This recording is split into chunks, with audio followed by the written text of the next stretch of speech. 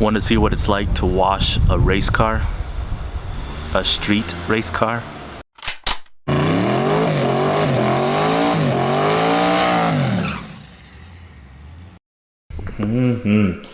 Check this out. Finally got my cold side pipe painted. This is be a nice little touch to the car. We still have the bottom pieces to do. Haven't decided what I'm going to do with them, but at least that pipe is painted and it matches the rest of the car now. So let's just go ahead and put this on. And there it is. Yeah, it turned out real nice, matching the car. We still have the bottoms to do, but we'll do that at another time whenever I have the car apart again. But at least we have that part done and it's looking a lot better. Another small change of plans because they did cancel the event for this Saturday.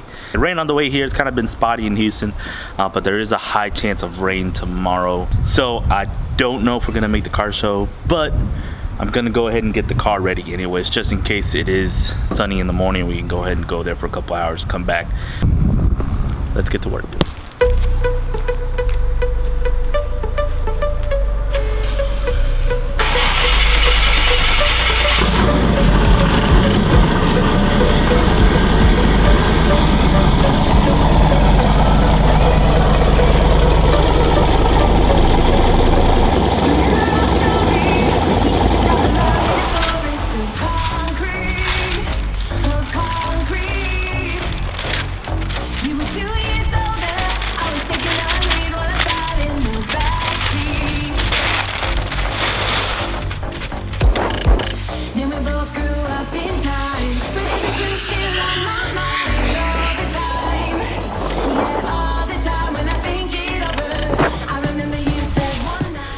Home Depot rain gutters.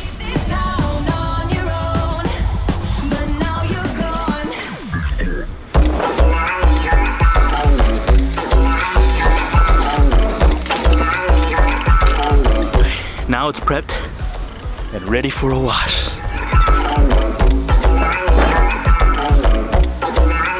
One more thing, the key is trying not to get the hood and windshield as wet as possible, because everything is underneath there.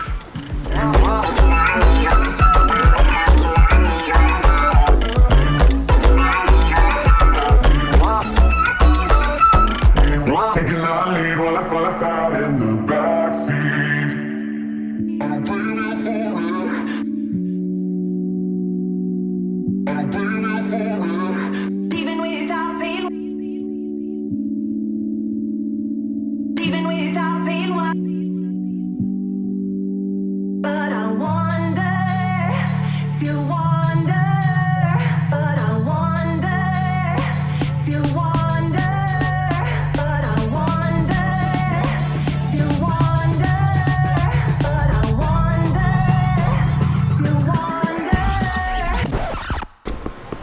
And that's pretty much it.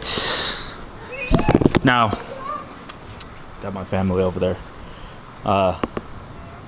Normally I would dry it. Some of y'all may give me some crap over it, but I dry it with a drying chamois because it's the easiest, most effective way to dry it. I don't have time, I don't have money to spend on a super expensive blower to air dry it, but that's just what it is. That is life. But I do chamois it. I don't have it, I can't find it. Who knows where it's at, but so I'm gonna let it air dry for a little bit and then put it back inside where it belongs. See, the amount of effort that it takes to keep a drag car, a car that you race all the time, that is dedicated to racing, but you still enjoy to take to car shows and cruise in the street, especially a black one. It's not easy, and it's because you're constantly working on it, you're constantly racing it, or it's just sitting around in a hazardous environment like the shop. So I just wanted to make that point. Just kind of wanted to touch a little bit on it. Obviously I didn't really do half of the stuff I normally do. So that's it, that's the point I'm trying to make. I'm not gonna ramble on too long.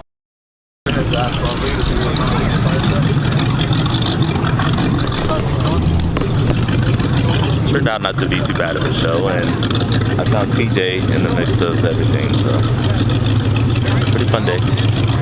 lot of different cars. Usually this place is pretty packed, but today, because of the weather, it's a little slim, which turns out good because we woke up late.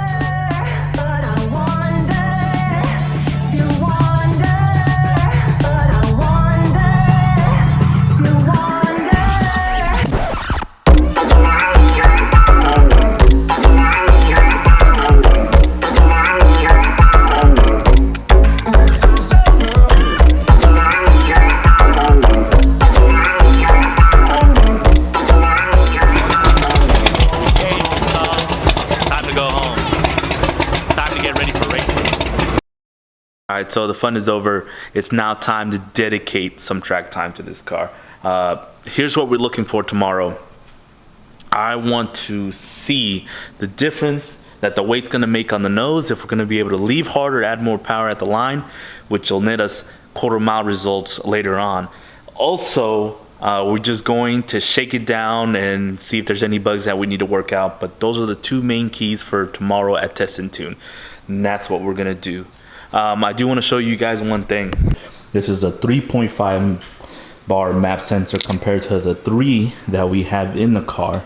What that means, if you don't know, the 3 is limited to about 25 pounds of boost, and this is gonna let us take it further. So that's gonna be a big deal. We're gonna do this after this weekend and before Streetcar Takeover Tulsa.